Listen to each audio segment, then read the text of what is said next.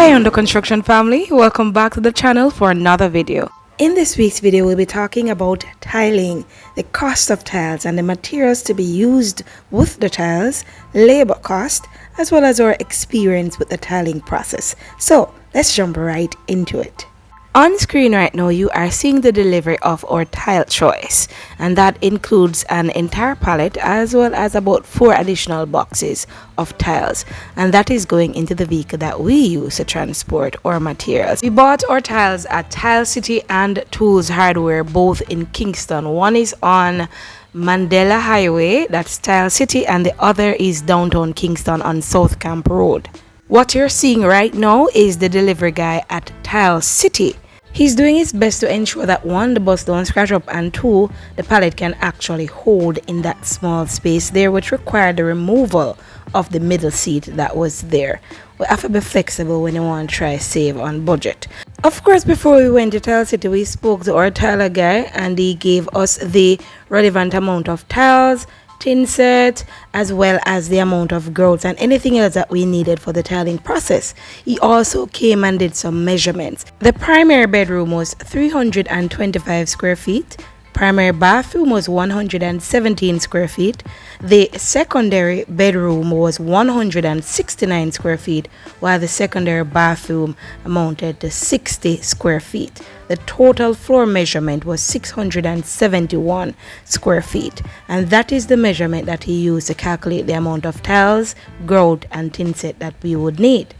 In addition to the floor, we also decided that we would tile one of the bathroom walls, and that measured 10.4 square feet in total. If you want to hear exactly how many tiles we purchased and the cost of those tiles at both Tile City and Tools, stick around for that information. We went to Tools because we were unable to locate the tiles that we needed for the bathroom at Tile City. Shocking, but that was the case. We wanted some mosaic tiles, for make the wall look fancy and nice. We also wanted floor tiles because we chose not to use a bath, and it worked out a lot cheaper. Plus, it's also a little bit safer than a bath where it gets a little bit slippery when the soap and all of these things go on the bottom. So of course, when you're purchasing the tiles for the bathroom shower floor, you have to let them know that you want the non-skid tiles. And the gray tile you're seeing here on this trolley, that's the non-skid tile. The white one that you're seeing, those are the ones we chose for the walls, and you can see we worked with a silver and white theme and not the black and white that I would prefer. But anyhow, we also bought 8 bags of wall tin set. That is something you have to pay attention to when you are purchasing materials for tiling floor versus wall. Let the tiling process begin at last. This was one of the most exciting stages of the construction process for me, because at last the finishing touches were going down and the place started to look pretty, less like a work site and more like a home. You're seeing the tiler buttering the tile right now to lay the very first tile in our house. Just made me excited, but what he's laying it on though was the surprising part. Instead of just the tin set, he's actually putting down the buttered tile on a mixture of sand, cement, and water. He indicated that in his experience both locally and internationally, this was the most cost-effective and durable way of laying porcelain tiles. Me never see this done before. So this was what our tiler did throughout the entire flooring process. What that meant though was that we did not use a lot of the tin set that we bought. I'm not telling a lie, that never rubbed me the right way at all. Even to date, we have a whole bunch of porcelain tin set that was never used. You'll recognize by now that we used the same tile for the entire flooring project. This is because I wanted a feeling of continuity right across the floor. I know some people might disagree now. Variety is the spice of life and all these nice things, but we prefer this style. And there's also the matter of the durability of porcelain tiles. This kind of tile can encounter daily wear and tear people without scratching, without breaking. Pot cover can drop on it and it don't broke, it not chip, nothing. If a pot cover ever fall on a ceramic tile, it's going to chip. More likely than that, 95% of the time. I've been there, done that, I know. and I hate to see that little orange mark that pops up every time a pot cover falls. Along with its ability to resist falling pot covers, there is also the matter that these tiles can bear the weight of heavy furniture without any problem. So this kind of durability makes these tiles perfect for high traffic areas, including your kitchen and living area. Porcelain tiles are also water resistant, so they were perfectly placed in the primary and secondary bathrooms. Matter of fact, we should have put them everywhere, including on the walls. But in the end, we got ceramic tiles for the bathrooms, because after we bought all of these tiles for the floor, we realized that it would be way more cost effective to do a standing shower instead of a bath. So that meant we had to purchase more tiles than originally intended for the bathroom area. This guy had the responsibility to ensure that he got grout in all the cracks and crevices. For the most part, he did. But truly I say unto you, he didn't get it in all the areas. And I can still see some of those areas today. I doubt the grout that we bought can assist us now, so we'll have to get some more of that platinum grout. One of those things, I guess, in the construction process. When I saw that this was the grouting process, I worried about how I would clean them tiles there, because the grout got everywhere, and when it dried, it left a white sheen over all the tiles, so it looked dull, and all of that shininess that you can see your own reflection in was gone. But the thing about porcelain tile is that it is easy to maintain and clean.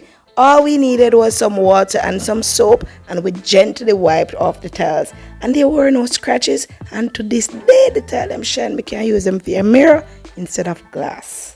So while porcelain tiles are more durable, ceramic tiles are far more affordable, and we saw a lot of this while we were out hunting for tiles for our floors. The unfortunate thing about ceramic tile is that they are not water resistant, they break more readily, they chip more readily, and they show the discoloration once they are chipped. In addition to this, they also dull over time. The sheen doesn't stay as long as it would stay on a porcelain tile. So while there is a hefty and high financial tug on your pockets when you purchase the porcelain tile, over time, the long-term benefits work out far better. Now for the room where all the magic happens. As you can see, the toilet is already down. Hubby, pick up yourself for that. We asked the tiler to use the same porcelain tile on the external wall of the walk-in shower, and then he used another tile on top of that wall, which he also used on the shower walls, at least the section of the shower walls that we chose to do at that time. Now you may notice that the toilet is a little bit closer to the shower than normal, and that is because we had intended to use a bath and not a walk-in shower. But when we check out the cost of installing the bath, buying the bath, it's way more cost effective to use a walk-in shower than a standing shower. We're getting to the labor cost as well as the cost of the materials used in the tiling process. But just in case you haven't yet subscribed to the channel, pull on the subscribe button, man. Make we talk about the cost now. When we got to Tile City, they were having a promotion. Based on the amount of money that you spent, you'd be eligible to win a surprise gift.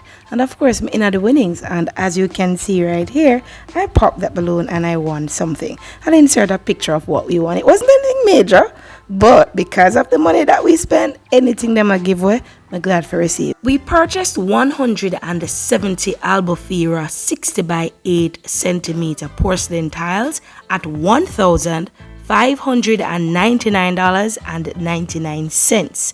We also purchased 20 bags of Grouting set, multi-purpose, suitable for porcelain tiles at $2,588.17. We bought 2 bags of unsanded grout, platinum, for $1,781.47. In total, we spent $374,375.79. For the bathroom, we purchased 10 gray non-skid tiles as well as about 50 white wall tiles, and 8 bags of wall tin set. We use the same tin set on the floor as we use throughout the house. The total cost of the floor tiles for the shower, as well as the wall tiles and the tin set used in the tiling process, was 25,000 Jamaican dollars. Labor cost was 28,000 Jamaican dollars. For tiling the floor across all 4 rooms, we paid our tiler $92,000. And now for the bathroom reveal. Unfortunately, we were unable to use the mosaic tiles for this bathroom tiling process, but another time, and you'll get to see where we use it and how we used it. Until then, under construction family, thank you so much for sticking around with us, for coming on board on this journey as we try to build our dream house right here in Jamaica. If you haven't yet subscribed to the channel, go ahead and hit that subscribe button. Comment down below, share your thoughts, your recommendations, your agreements, disagreements, whatever it is. We look forward to hearing from you. But until next Sunday, please stay safe, walk good, drive good, and we'll see you in another video. Bye.